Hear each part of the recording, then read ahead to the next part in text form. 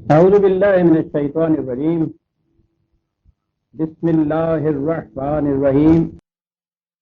عزیزان من، آج مئی 1971 کی 16 تاریخ ہے اور درس قرآن کریم کا آغاز سورہ المائدہ کی آیت 51 سے ہو رہا ہے، 5/51۔ قرآن کریم میں ایک دوسرے مقام پر ہے سنریہم آیاتنا فی الآفاق وفی انفسہم حتی یتبین لہم انہ الحق، کہ ہم خارجی دنیا میں اور ان لوگوں کی داخلی دنیا میں اپنی نشانیاں دکھاتے چلے جائیں گے تاکہ آہستہ آہستہ رفتہ رفتہ یہ حقیقت واضح ہو جائے کہ قرآن الحق ہے، اس کی ہر بات، اس کا ہر دعویٰ حقیقت پر مبنی ہے۔ تو گویا قرآن کے یہ حقائق جو مستور رہتے ہیں زمانے کی لہروں کے اندر، یہ منکشف ہوتے ہیں، بے نقاب ہوتے ہیں، یوں دنیا میں مختلف رموز و اسرار، حوادث اور واقعات کے ذریعے سے سامنے آتے جاتے ہیں۔ ہر نیا آنے والا واقعہ قرآن کی کسی دعوے کی صداقت کی شہادت بنتا چلا جاتا ہے۔ تو اس اعتبار سے قرآن کریم بتدریج رفتہ رفتہ اپنے حقائق کھولتا ہوا زمانے کے سامنے لاتا ہے۔ یہ عجیب حسن اتفاق ہے کہ ہمارے ہاں یہ حال ہی میں جو حوادث ہوئے، جو آیات ہمارے سامنے آ رہی ہیں، انہیں جب ان واقعات کی روشنی میں دیکھا جائے تو عجیب عجیب حقیقتیں سامنے آتی ہیں۔ مشرقی پاکستان میں جو کچھ ہوا، پہلی آیت میرے سامنے جو آ رہی ہے، یا ایھا الذین آمنوا لا تتخذوا اليہود والنصارى اولیاء بعضهم اولیاء بعض فمن یتولہم منکم فانہ منہم ان اللہ لا یہدی القوم الظالمین۔ قرآن کریم نے بتایا یہ ہے، جیسا کہ سابقہ اتوار میرے خصوصی درس میں آپ احباب سن چکے ہیں، کہ ایمان یا دین کے اشتراک پر کی بنا پر وہ ایک امت یا قوم کی تشکیل کرتا ہے، اس میں نظریے کی وحدت ان کے اندر وجہ جامعیت بنتی ہے، اس بنیاد پر وہ ایک قوم بنتے ہیں۔ اور یہ چیز جو گریگیریسنس ہے کہ آپس میں جامعیت جو ہے اس کی بنیاد کیا ہو، وہ تو ایک نظریے کی وحدت ہو گئی۔ اس کے لیے ضروری ہوتا ہے ایکسکلوسیونیس، کہ جو لوگ اس نظریے سے اتفاق و اتحاد نہ رکھیں، اسے تسلیم نہ کریں، اسے نہ مانیں، اس کی مخالفت کریں، ان سے الگ رہنا نہایت ضروری ہوتا ہے۔ اور یہی وجہ ہے کہ قرآن کریم نے متعدد مقامات میں یہ کہا ہے جماعت مومنین سے کہ تم اپنوں کے سوا کسی دوسرے کو اپنا دوست، رازدار، سرپرست، یہ ولی کے معنی یہ سارے ہو جاتے ہیں، انہیں بالکل نہ بنیں۔ اس سے پیشتر سورہ آل عمران کی آیات ہمارے سامنے آ چکی ہیں، چند الفاظ ان کے دہرا دوں۔ یہاں قرآن کریم نے کہا کہ لا یتخذ المؤمنون الکافرین اولیاء من دون المؤمنین، 3/27، 3/27۔ ان کا کہ مومن کبھی ایسا نہیں ہو سکتا کہ وہ مومنین کے علاوہ کسی اور کو اپنا دوست یا رازدار یا سرپرست بنا لے، وہ کرتے ہی نہیں ہیں ایسے، یعنی یہ ایک شرط ہے مومن ہونے کی کہ وہ ایسا کرتے ہی نہیں ہیں۔ وَمَن يَفْعَلْ ذَلِكَ فَلَيْسَ مِنَ اللَّهِ فِي شَيْءٍ، اور جو ایسا کرے تو پھر خدا کے ساتھ اس کا کوئی واسطہ باقی نہیں رہ جاتا۔ یعنی یہ جو اس کا مومن ہونا تھا یا مومنین کے قوم کا فرد ہونا تھا، اس کے لیے وجہ اشتراک تو خدا تھا، خدا پر ایمان، اس کے قوانین پر ایمان، اس کے رسول کی صداقت پر ایمان، یہ تھا وجہ اشتراک ان میں. اور جب وہ کہتا ہے کہ یہ زبان سے یہ مانتے رہے، ایمان رکھیں اس پہ، اپنے آپ کا نام بھی مسلمان رکھیں، مسلمانوں مردم شماری میں بھی مسلمان لکھوائیں اپنے آپ کو، لیکن اگر وہ ان کے علاوہ ان کو چھوڑ کر دوسروں کو اپنا دوست بنا لیتے ہیں تو پھر وہ نہ اس جماعت پہ فرد رہتے ہیں. یعنی ایک لفظ کہ فلیسا من اللہ ہے پیچھا ہے، اللہ سے ان کا کوئی تعلق باقی نہیں رہتا. کتنی بڑی چیز ہے جو قرآن نے یہاں بتائی ہے.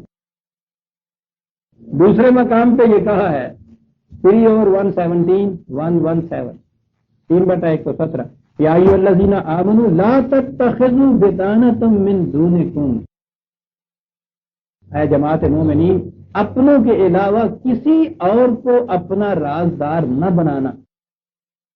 لا یعلونکم خبالا، وہ تمہاری تباہی اور بربادی میں کوئی کسر نہیں اٹھا رہے. تو میں نے کہا ہے کہ جب حوادث و واقعات سامنے آتے ہیں تو قرآن کے یہ جو حقائق ہیں ان کے معانی مفہوم نکھر ابھر کر سامنے آ جاتے ہیں. وہ تمہاری تباہی میں کوئی کسر نہیں اٹھا رکھتے. ودوا ما عنتم، وہ ہر وقت یہ چاہتے ہیں کہ تم کسی نہ کسی مصیبت میں پڑے رہو. جی سے چاہتے ہیں یہ کہ تم تباہ ہو جاؤ، برباد ہو جاؤ، مصیبت میں پڑے رہو.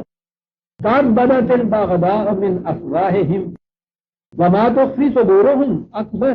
کبھی کبھی ایسا ہوتا ہے کہ بے ساختہ ان کی زبانوں سے کچھ باتیں نکل جاتی ہیں تو تمہیں معلوم ہو جاتا ہے کہ ہے ان کے عزائم، ان کے ارادے یہ ہیں، لیکن یہ کبھی کبھی ہوتا ہے ان کے سینوں میں جو کچھ چھپا ہوا ہوتا ہے وہ اس سے کہیں زیادہ ہوتا ہے. قد بینا لکم الآیات ان کنتم تعقلون، اگر تم عقل و فکر سے کام لو تو تم دیکھو گے کہ ہم نے کتنی بات واضح کر کے تمہیں سمجھا دی. یہ آیت آگے نہیں چلتی جاتی، اس میں یہ کہا گیا ہے کہ تم دیکھتے نہیں ہو کہ تم ان کے ساتھ دوستیوں کے ہاتھ بڑھاتے ہو اور وہ عداوت اور دشمنی میں تمہاری تباہی اور بربادی میں کوئی کسر نہیں اٹھا رکھ. ان کی کیفیت یہ ہے وہ کیفیت جو بتائی. اذا لقوکم قالوا آمنا، یہ کون ہیں جن کے ساتھ دوستی کو بھی منع کیا ہے. جب تمہارے ساتھ تمہارے سامنے آتے ہیں، تم سے ملتے ہیں، کہتے ہیں کہ بالکل صاحب ہم تو تمہارے ساتھ ہیں، قوم مومنین کے فرد ہیں، ہم ایمان رکھتے ہیں. وَإِذَا خَلَوْا عَضُّوا عَلَيْكُمُ الْأَنَامِلَ مِنَ الْغَيْظِ، جب الگ ہوتے ہیں تو غیظ و غضب سے تمہارے خلاف انگلیاں، دانتوں سے انگلیاں کاٹتے ہیں. دشمنی کی یہ کیفیت ہے ان کی، اور منافقت کا یہ عالم ہے. کھلے ہوئے یہ بات نہیں کہتے. ابھی بات آتی ہے جو آیت میرے سامنے آج ہے زیر تلاوت درس میں، وہاں یہ بات آتی ہے، وہاں یہ واضح کروں گا کہ یہ سارا کچھ منافقت کے رنگ کے اندر کہتے ہیں. مسلمان بنے ہوئے، پاکستانی کہلاتے ہوئے، تم میں سے ہوتے ہوئے، یہ کہتے ہوئے کہ ہم سب کچھ تمہارے بھلے کے لیے چاہتے ہیں. کیفیت ان کی یہ، ان تمسسکم حسنۃ تسؤہم، تمہارے حالات خوشگوار اگر ہوتے ہیں تو ان پہ مصیبت بن جائے. بے حد قبیلہ خاطر اس سے ہوتے ہیں کہ یہ ان کے حالات اچھے کیوں ہو رہے ہیں. وَإِن تُصِبْكُمْ سَيِّئَةٌ يَفْرَحُوا بِهَا، تم پہ مصیبت پڑتی ہے تو چراغاں کرتے ہیں، جشن مناتے ہیں، بڑے خوش ہوتے ہیں. صاحب یہ کیفیت ہے ان سے بچنے کے لیے ایک ہی بات بتائی. وَإِن تَصْبِرُوا وَتَتَّقُوا لَا يَضُرُّكُمْ كَيْدُهُمْ شَيْئًا، اگر تم قوانین خداوندی کی نگہداشت کرو اور اس پہ ثابت قدمی سے جمے رہو تو ان کی سازش تمہیں کوئی نقصان نہیں پہنچا سکے. آپ دیکھتے ہیں قرآن کے الفاظ کہاں آتے ہیں، کیسے آتے ہیں. قید یہ 3/117 یہاں کہا کہ جماعت مومنین اپنوں کے علاوہ انہیں کبھی اپنا دوست نہ سمجھ. نہیں یتولہم منکم فإنہ منہم، بڑی گہری چیز. تم میں سے جو ان لوگوں کے ساتھ دوست داری کے تعلقات رکھتا ہے، انہیں اپنا سمجھتا ہے، ان کے ساتھ ملنا چاہتا ہے، تو یاد رکھیے وہ تم میں سے نہیں رہتا تھا. کفر اور ایمان کی امتیازات آپ دیکھ رہے ہیں کیسے واضح طور پہ سامنے آ جاتے ہیں. مسلمان ہے، مسلمانوں جیسے نام ہے، مسلمان کہلاتا ہے، مسلمان قوم کا فرد بنتا ہے، تم میں سے ہی ہوتا ہے، تم میں رہتا سہتا ہے، سب کچھ ہے. لیکن وہ کہتا ہے کہ اس کے باوجود اگر وہ جماعت مومنین کے علاوہ کسی اور سے تعلقات دوستداری کے، رازداری کے، ولایت کے، سرپرستی کے یہ رکھتا ہے تو پھر وہ تم میں سے نہیں رہتا. یہاں کسی ملا کے فتوے کی ضرورت نہیں ہے. وہ کہتا ہے تم میں سے فإنہ منہ، تم میں سے نہیں رہتا ہی نہیں بلکہ وہ ان میں سے ہو جاتا ہے. ان اللہ لا یہدی القوم الظالمین. یاد رکھیے خدا کی رہنمائی، خدا کی ہدایت ایسی لوگوں کو کبھی نہیں ملتی. اس کو ظلم کہا ہے قرآن نے کہ جو شے جس مقام پہ رکھنی چاہیے وہاں نہیں رکھی جا رہی. غیر مسلموں کے ساتھ تعلقات کی جو نوعیت ہونی چاہیے وہ تعلقات کی نوعیت نہیں رکھ رہے، تو ان پہ تو کبھی کشاد کی راہ واضح نہیں ہو سکتی. یہ لوگ کون ہیں؟ فَتَرَ الَّذِينَ فِي قُلُوبِهِم مَرَضٌ. یہ وہ لوگ ہیں جن کے دلوں کے اندر منافقت کا مرض ہے. عجیب بات ہے. اب آپ دیکھیے حالیہ واقعات و حوادث میں کوئی گروہ تو ایسا ہوتا ہے کہ جو بغاوت پہ ابھرتا ہے تو اپنے آپ کو باغی کہہ کے سامنے آتا ہے، ریوولٹ کرتا ہے تو کھلے دل میں ریوولٹ کرتا ہے. یہ کچھ بھی دنیا میں ہوتا ہے. اعلانیہ وہ کہے کہ ٹھیک ہے ہم اپنی حکومت قائم کرنا چاہتے ہیں، تمہارے خلاف بغاوت ہم لے کے اٹھے ہوئے، تم سے کوئی واسطہ ہمارا نہیں ہے. اس کے لیے بڑی جرات کی ضرورت ہے. یہ ایک اور انداز ہوتا ہے. ایک انداز یہ ہے کہ بغاوت کے جذبات دل میں پرورش پا رہے ہیں، عزائم یہی ہیں، دوسروں کے ساتھ سازگاش ہو رہی ہے، برسوں سے یہ تعلقات وابستہ کیے جا رہے ہیں، اندر ہی اندر یہ تمام چیزیں جتنی بھی ہیں یہ لاوا پک رہا ہے، لیکن باہر سے آپ کے ساتھ ہیں، کانسٹیٹیوشنل مینز اختیار کیے جا رہے ہیں. کہا یہ جا رہا ہے کہ ہم ان کی بنا پر ایک اسمبلی بنائیں گے، دستور بنائیں گے، ان میں رہیں گے، مرکز یہ ہوگا، پروونسز یہ ہوں گے، ان کے اندر اختیارات کی نوعیت یہ ہوگی. یعنی بالکل جیسے کہ آپ کی قوم کے افراد جس طرح سے دوسری پارٹیاں کرتی ہیں اسی طرح سے وہ کچھ کر رہے ہیں، لیکن دلوں کے اندر ایک مرض ہے منافقت. وہ بڑی مشکل سے کریٹ کے آپ کو اس کے متعلق معلومات باہم پہنچانی پڑتی ہیں. ڈھونڈنا پڑتا ہے کہ اندر ان کے دلوں کے ارادے کیا ہیں.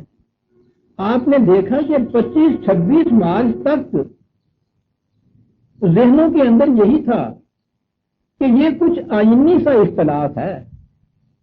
یہ جو مرکز میں اور صوبوں میں کچھ اقتدارات اور اختیارات ہیں ان کے تقسیم کا سوال ہے. وہ یہی کہہ رہے تھے. حالانکہ اس دوران میں بغاوت کے لیے جو کچھ ہونا چاہیے وہ سب کچھ انہوں نے کر رکھا. دوسروں کے ساتھ دوستداری کے تعلقات ہی نہیں بلکہ اس سے آگے بڑھ کر خود انہیں میں سے ہو چکے ہوئے تھے. ان کی فوجیں ملک کے اندر آ چکی تھی، ان کا اسلحہ آ چکا ہوا تھا، مداخلت کار آ چکے ہوئے تھے. ساری تجاویز سازش کی وہاں طے پاتی تھی، یہاں بروئے کار لائی جا رہی تھی. لیکن آخری دن تک معلوم ایسا ہوتا تھا جیسے مسئلہ کچھ دستور سازی یا آئین سازی کی کچھ شکوں کا ہے، اس سے زیادہ کچھ نہیں ہے. فَتَرَ الَّذِينَ فِي قُلُوبِهِم مَرَضٌ. دلوں کا یہ مرض ہے.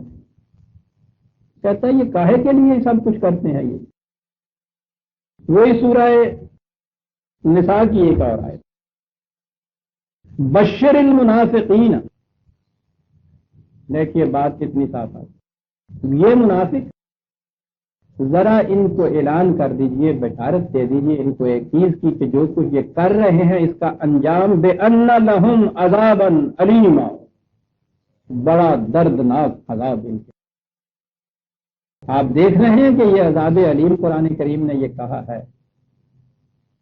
ان میں سے جتنے لوگ اس مخالفت میں میدان کارزار میں سامنے آ کے اپنی موت مر گئے ان کو تو چھوڑیے، جو ان میں سے زندہ ہیں اس کے بعد یہ عذاب علیم کا تصور آپ کر سکتے ہیں. حقیقت یہ ہے کہ منافق تو ہر وقت ایک عذاب علیم میں رہتا ہے. وہ چاہتا کچھ اور ہے، کرتا کچھ اور ہے، کہتا کچھ اور ہے، ارادے کچھ اور ہوتے ہیں. یہ جو کشمکش ہوتی ہے اس کے سینے کے اندر سیلف کنٹراڈکٹری،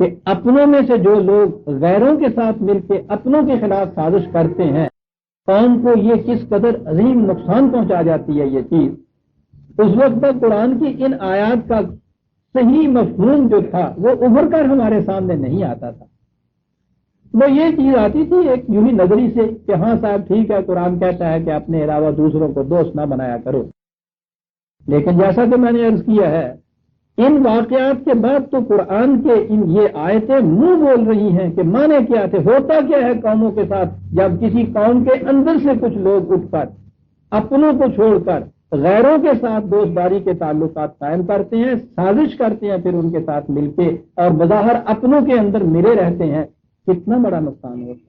65 کی جنگ میں ہمارے ساتھ یہ نہیں ہوا، اس لیے کہ وہاں مقابلہ، وہاں منازعت ہماری منافقین میں سے نہیں کے ساتھ نہیں تھی، یہ صورت نہیں تھی کہ وہ ہمیں معلوم تھا کہ ہمیں اپنوں میں سے ہیں یا وہ اپنوں میں سے کہتے تھے، ہمیں کھلے بندوں للکارے ہوئے میدان جنگ کے اندر ہیں۔ اور وہ جو چیز تھی جب وہ آمنے سامنے کی بات ہوئی ہے، وہ 17 دن کے اندر اندر آپ نے دیکھا کہ کس طرح سے لپیٹ کے رکھ دیا ہم نے انہیں، بالکل کھلے بندوں سامنے آئے ہوئے تھے۔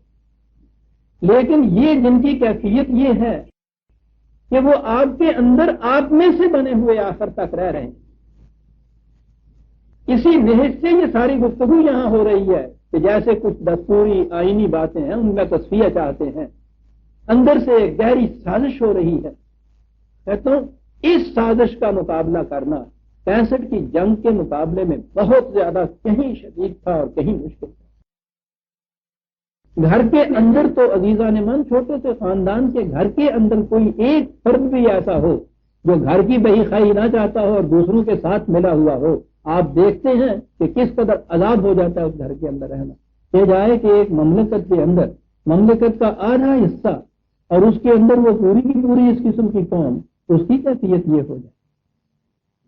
لیکن کس قدر احسان ہے، کس قدر مستحق کے شکر گزاری اور سپاسگزاری ہے وہ ذرائع جنہوں نے یہ کچھ کر کے ہمارے لیے دکھا دیا کہ اتنی بڑی سازش کو پھر بے نقاب کیا۔ قرآن نے جو یہ کہا تھا کہ یاد رکھو جن کے ساتھ تم اب مل کے اپنوں کے خلاف سازش کرتے ہو وہ تمہارے اپنے نہیں ہو سکتے۔ یہ آیتیں جو ہمارے سامنے آئیں تو میں نے دیکھا یہ کہ یہ جو واقعات ہمارے سامنے اب آئے ہیں ان کی روشنی میں ان کے معنی اور ان کے مفہوم جو ہیں کتنے نکھر کر ہمارے سامنے آ جاتے کہ یہ چیز انفرادی نہیں ہے، دین تو انفرادی ہوتا نہیں، یہ تو اجتماعی چیز ہے۔ اور اس اجتماعی شے میں جب قوم یا امت یا ملت کا کوئی ایک گروہ یہ کیفیت اختیار کر لے کہ وہ اپنے آپ کو آپ میں سے کہے اور وہ ملا ہوا ہو دوسروں سے، وہ کتنی بڑی تباہی کا موجب ہو سکتا ہے۔ یقولون نقشہ بنا دائرہ، جب پکڑے جاتے ہیں وہ کہتے ہیں کہ نہیں صاحب بات یہ نہیں تھی کہ ہم آپ لوگوں کے خلاف ان سے ملے ہوئے تھے، ہم تو یہ چاہتے تھے کہ ان کی طرف سے کوئی ادھر کسی قسم کا حملہ نہ ہو جائے، کوئی مصیبت نہ آ جائے، بس اس کی مدافعت کر رہے تھے ہم، ان کے ساتھ تعلقات ہم جو خوشگوار اور وابستہ کر رہے تھے تو وہ آپ کے خلاف بات نہیں تھی، اصل میں وہ تو یہ چیز تھی کہ ہم سمجھتے تھے کہ خامخواہ کے لیے ملک کے اوپر ملک مصیبت میں پڑ جائے گا، ان کے ساتھ عداوت مول لے لی، ان سے دشمنی اگر ہم نے مول لے لی، اس لیے ہم یہ کچھ چاہتے تھے۔ فَعَسَى اللَّهُ أَن يَأْتِيَ بِالْفَتْحِ أَوْ أَمْرٍ مِّنْ عِندِهِ فَيُصْبِحُوا عَلَىٰ مَا أَصَرُّوا فِي أَنفُسِهِمْ نَادِمِينَ۔ کہا کہ یہ بکتے ہیں، دلوں میں ان کے کچھ اور بات ہے، اور کہتے یہ ہے کہ ان کے ساتھ تو ہم تعلقات اس لیے وابستہ کر رہے تھے کہ اس طرح سے پاکستان کی مدافعت اور حفاظت اور اس کی تقویت مقصود تھی۔ بالکل غلط کہتے ہیں، لیکن خیر یہی کہا ہوا ہے، ذرا انتظار کیجئے، چند ہی دن کے بعد آپ دیکھیں گے کہ خدا تمہارے لیے کشاد کی راہ پیدا کر دے گا، غلبہ حاصل ہو جائے گا، تمہیں کوئی اور راستہ نکل آئے گا اس کے لیے، اور پھر تم دیکھو گے کہ یہ لوگ جو سینے میں ان باتوں کو چھپاتے تھے ان کے راز کیسے اچھا ہو کے سامنے آتے ہیں اور کتنی بڑی ندامت ان کو اٹھانی پڑتی ہے۔ ندامت کا تو اندازہ اس سے لگا لیجئے کہ جو لوگ ابھی ان میں سے باہر ہے ان کی کیفیت یہ ہے، وہ کہہ رہے ہیں کہ صاحب ہمیں اس کا علم نہیں تھا کہ یہ جو ہماری جماعت ہماری پارٹی ہے اس کے اندرونی ان کے عزائم یہ تھے، ان کے ارادے اس قسم کے تھے تو ہم تو ایک پارٹی سمجھتے تھے. بے حد افسوس ہے اس بات کا کہ جو کچھ یہاں یہ ہوا.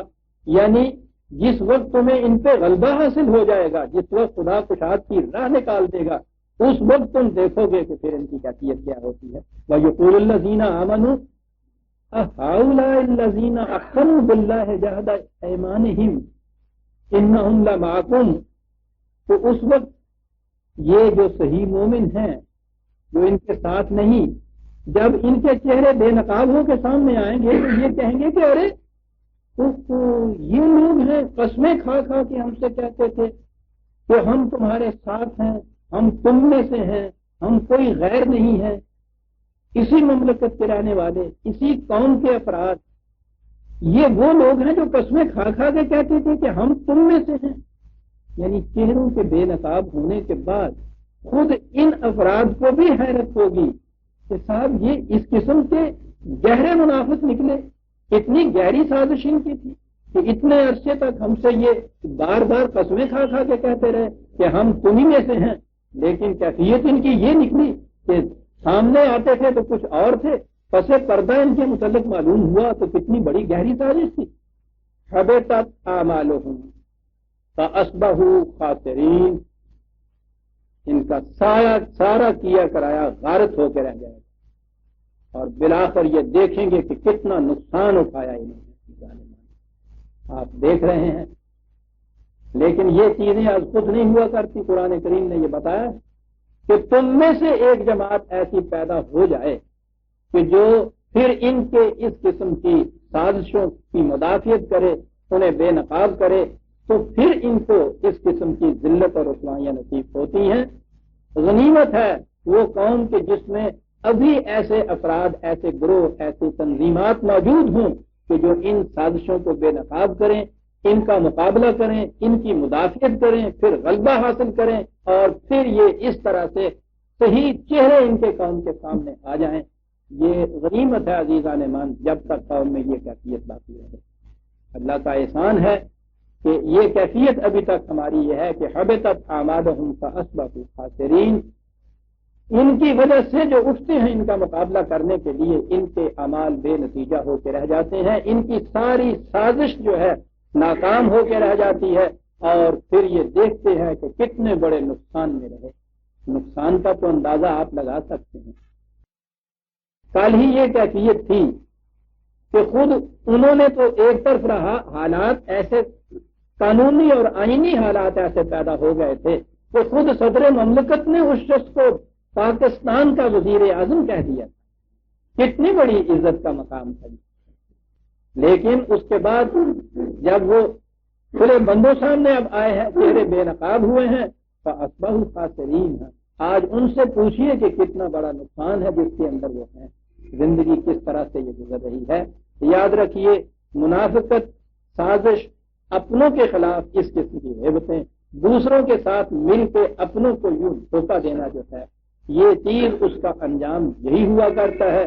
اور یہ وہ انجام ہے جس کی بنا پر قرآن ہمیں تاکید کرتا ہے کہ آئندہ کے لیے ہر وقت اس کی احتیاط برتو اور ابتدا ہی سے دیکھتے رہو کہ اس قسم کے لوگ تمہاری قوم میں، جماعت میں، پارٹیوں کے اندر سرایت نہ کر جائیں کہ یہ بڑے ہی نقصان کا موجب ہوتے ہیں. اور اس کے بعد ہے وہ آیا جلیل. یہ لوگ پھر سن لیجئے مسلمان کہلاتے ہیں، اس قوم کے افراد بنتے ہیں، کہتے یہ ہے کہ یہی ہمارا وطن ہے، یہی ہم نے رہنا ہے، انہی میں سے یہ ہیں. لیکن کیا انہوں نے یہ ہے کہ اپنوں کے کو چھوڑ کر دوسروں کے ساتھ دوستداری کے تعلقات، رازداری کے تعلقات، ان کے ساتھ مل کے اپنوں کے خلاف ایک سازش کی ہے. قرآن کہتا ہے یا ایھا الذین آمنوا من یرتد منکم عن دینہ، جو اپنے دین سے مرتد ہو جاتا ہے. میں نے لفظ مرتد خاص طور پر یہ بولا ہے. یاد رکھو، تم میں سے جو بھی اپنے دین سے مرتد ہو جائے گا. اب ہمارے ہاں تو مرتد ایک خاص اصطلاح بن گئی. مولوی صاحبان فتویٰ دے دیتے ہیں، اس کے عقائد صحیح نہیں رہے. عقائد صحیح نہیں رہے تو مرتد ہو گئے. کفر کا فتویٰ جسے مسلمان پہ لگا دیا جائے وہ مرتد ہو جاتا ہے، اور مرتد کی سزا ان کے نزدیک قتل ہے. ٹھیک ہے، لیکن آپ غور کیجئے گا کہ قرآن کس مقام پہ لاتا ہے یہ مرتد کا لفظ؟ مسلمان ہیں، عقائد کے متعلق کوئی کسی قسم کی جانچ پڑتال نہیں ہوئی ہے، کوئی کفر کا فتویٰ ان کے اوپر نہیں لگا، کسی مفتی نے کسی مولوی نے یہ جو تھی آپ کے یہاں کالعدم عوامی لیگ اور ان کے سربراہ، ان کے خلاف کفر کا فتویٰ کسی نے نہیں لگایا تھا۔ ان کی شریعت حقہ کی روح سے تو وہ بالکل مسلمان کے مسلمان تھے، وہ مرتد تھے ہی نہیں، قرآن انہیں مرتد قرار دے رہا ہے۔ یہ لفظی اور زبانی عقائد کا سوال ہی نہیں ہے، یہاں تو یہ چیز ہے کہ ایک مسلمان کہلاتا ہوا کرتا کیا ہے؟ اگر اس کی کیفیت یہ ہے کہ وہ دوسروں کے ساتھ اپنے تعلقات وابستہ کرتا ہے، خفیہ سازشیں کرتا ہے، مفتی کے میزان میں وہ پورے کا پورا صحیح العقیدہ کیوں نہ ہو، قرآن کریم اسے مرتد قرار دیتا ہے۔ آپ کو معلوم ہے پہلی دفعہ ہمارے لٹریچر میں یا تاریخ میں یہ جو لفظ آیا ہے، نبی اکرم صلی اللہ علیہ وسلم کی وفات کے بعد حضرت ابوبکر صدیق رضی اللہ تعالیٰ عنہ کے زمانہ خلافت میں وہ ایک تاریخ میں واقعہ مشہور ہے جس کو کبھی بھی صحیح شکل میں سامنے نہیں لایا گیا۔ کہا یہ گیا کہ صاحب وہ زکوٰۃ سے انکار کرتے تھے، ایک قبیلے نے زکوٰۃ سے انکار کیا، انہوں نے یہ کہا کہ زکوٰۃ کا ماننا جزو ایمان ہے، زکوٰۃ سے انکار جو ہے یہ کفر لازم آ جاتا ہے، کفر کا فتویٰ ان پہ سرزد کیا، عائد کیا، کہا کہ وہ مرتد ہو گئے تھے، اور مرتد ہونے کے بعد کہا کہ حضرت ابوبکر صدیق نے ان کے خلاف اعلان جہاد کر دیا۔ اس لیے وہاں سے ثابت ہوا کہ جس کا عقیدہ صحیح نہ رہے وہ مرتد ہو جاتا ہے، اور مرتد کو کی سزا موت ہے، اگر وہ مقابلہ کرے تو پھر اس کے خلاف جہاد واجب ہو جاتا ہے۔ تاریخ میں یہی کچھ ہمیں بتاتے رہے صاحب کہ وہ زکوٰۃ کے عقیدے سے پھر گئے تھے، وہ عقیدے سے نہیں پھر گئے تھے۔ ہوا کیا تھا؟ زکوٰۃ سینٹرل سبجیکٹ تھا، زکوٰۃ مملکت کی اس آمدنی کو کہتے ہیں جو مرکز میں جمع ہونی چاہیے۔ فائنینشل آج کی اس طرح میں گفتگو کر رہا ہوں، ٹیکسیشن کا اختیار مرکز کو تھا، مرکز کے فائنینشل مرکز میں آنے چاہیے تھے۔ ان لوگوں نے انکار نہیں کیا تھا، انہوں نے کہا یہ تھا کہ ہم اپنے ہاں کے ٹیکسز خود وصول کر کے اپنے ہاں استعمال ان کو کر لیں گے۔ یہ کہے کے لیے کہ یہاں ہم اکٹھے کریں، اکٹھے کرنے کے بعد وہاں مدینے بھیجیں اور پھر وہ مدینے والے ایلوکیشن اس کی کریں کہ اچھا بھائی تم ان میں سے اتنا اپنے بجٹ میں رکھ لو، تم خرچ کر سکتے ہو، تم اتنا رکھ لو۔ انہوں نے کہا کہ یہ بات نہیں، یہ ٹھیک ہے ہمارے ہاں کے یہ ٹیکسز ہیں، ہم اپنے ہاں خود جمع کرتے ہیں، اپنے ہاں ان کو استعمال کریں گے، مرکز کو اس سے واسطہ کچھ نہیں۔ یہ تھا اصل مسئلہ۔ چنانچہ حضرت ابوبکر صدیق نے یہ کہا کہ یہ چیز مرکز سے سیسیشنزم، علیحدگی ہے، مرکز سے الگ مملکت کا اعلان ہے، اس کی اجازت نہیں دی جا سکتی۔ سینٹر کے ٹیکسز جتنے بھی ہیں سینٹر میں آئیں گے، یہاں فائنینشل کنٹرول ہوگا، تم اپنی ضروریات بتاؤ کیا ہیں، ہم پوری کریں گے۔ اس کی اجازت نہیں دی جا سکتی کہ اپنے اپنے طور پر اپنے اپنے علاقوں میں جو پروونس چاہے وہ یہ کہے کہ صاحب ٹیکسیشن ہمارے ہوں گے اور اپنا اپنا فائنینس آپ انتظار کریں گے۔ ختم غلط ہے، سارے قائد ان کے صحیح تھے، وہ زکوٰۃ کی واجبیت سے، اس کے وجوب سے انکار نہیں کر رہے تھے، صرف اتنی سی چیز تھی کہ جو چیز سینٹر کی تھی، فائنینسز کی، وہ کہتے تھے کہ نہیں ہم اپنے طور پہ اپنے پروونس میں اس کو لے کے چلے جائیں۔ یہ چیز تھی جس کا نام ہمارے لٹریچر میں اور تاریخ میں جو ارتداد کا لفظ آیا ہے پہلی دفعہ وہ ان کے متعلق آیا تھا۔ تو اب اس سے آپ نے دیکھا کہ یہ مرتد ہونا جو ہے اس کے معنی کیا ہیں۔ اب یہیں سے پتہ چلا کہ ان کے خلاف جہاد، ان کے خلاف جو ہے کیوں واجب ہو گیا۔ مسلمان اگر اسلام کا مذہب چھوڑ کے کوئی دوسرا مذہب اختیار کر لیتا ہے، قرآن کی روح سے یہ کوئی جرم ہی نہیں ہے، یہ تو مذہبی آزادی ہے۔ جیسے ہر غیر مسلم کو اس کا حق پہنچتا ہے کہ جب جی چاہے وہ مسلمان ہو جائے، اسی طرح سے مسلمان کو اس کا حق پہنچتا ہے کہ اگر کسی وقت اس کا دل نہیں ٹھکتا ہے کسی خاص مذہب پہ جسے آپ اسلام بھی کہتے ہیں، وہ اسے چھوڑ کے دوسرا مذہب اختیار کرے۔ لا اکراہ فی الدین، مذہب کے معاملے میں تو زبردستی ہے نہیں۔ انہوں نے اس چیز کو، آپ دیکھتے ہیں جب دین مذہب کی سطح پہ آ جاتا ہے تو واقعات بھی وہی رہتے ہیں، حوادث بھی وہی رہتے ہیں، آیات بھی وہی رہتے ہیں، ان کا منطوق و مفہوم کس طرح سے بدل جاتا ہے۔ بات یہ تھی جہاں ابتداءً ان کو مرتد کہا گیا اور ان کے خلاف اعلان جہاد کیا گیا، اور انہوں نے اس کے بعد یہ کہا کہ صاحب مسئلہ اصل میں عقیدے کا تھا، اگر کوئی شخص عقیدہ نہیں رکھتا ہے کسی طرح سے صحیح زکوٰۃ پہ تو وہ کفر کا فتویٰ اس پہ عائد ہو جاتا ہے، پھر وہ مرتد ہو جاتا ہے، اور پھر مرتد کی سزا جو ہے یہ موت ہوتی ہے انفرادی طور پہ۔ اگر وہ جماعتی طور پہ مرتد ہو جاتے ہیں تو ان کے خلاف پھر جہاد کیا جاتا ہے۔ عزیزان من، بات یہ تھی سر، یہاں قرآن کس مقام پہ لایا ہے؟ من یرتد منکم، اس مقام پہ جو کہا ہے کہ جو اپنوں کو چھوڑ کر غیر مسلم کے ساتھ دوستانہ تعلقات وابستہ کرے اور ان سے یہ تعلقات رکھے اور ان کے ساتھ یہ سازش کرے، وہ ہے جو مرتد ہو جاتا ہے تم میں۔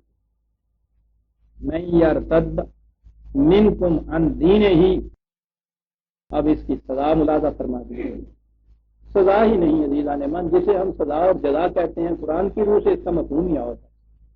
مفہوم اس کا یہ ہے کہ اس قسم کے جرائم، اس قسم کی روش، اس قسم کے مسالک کا فطری نتیجہ کیا نکلتا ہے۔ سوچئے کہ ایک قوم جو ہے وہ قوم اپنوں کو چھوڑ کے اپنے خلاف جو لوگ، یعنی جو بھی نظریے میں متحد آپ کے ساتھ نہیں وہ آپ کے خلاف، ان کے ساتھ تعلقات وابستہ کرتا ہے، ان کے ساتھ سازش کرتے ہیں، ان کے ساتھ مل جاتے ہیں۔ میں نے کہا کہ یہ تو غنیمت ہے نا کہ ہنوز یہ صورت ہوئی کہ ایک حصہ تھا ہمارے ہاں جس نے یہ کیا، مملکت کا دوسرا حصہ، قوم کا دوسرا حصہ جو تھا وہ ایسا نہیں تھا، اس نے یہ نہیں کیا۔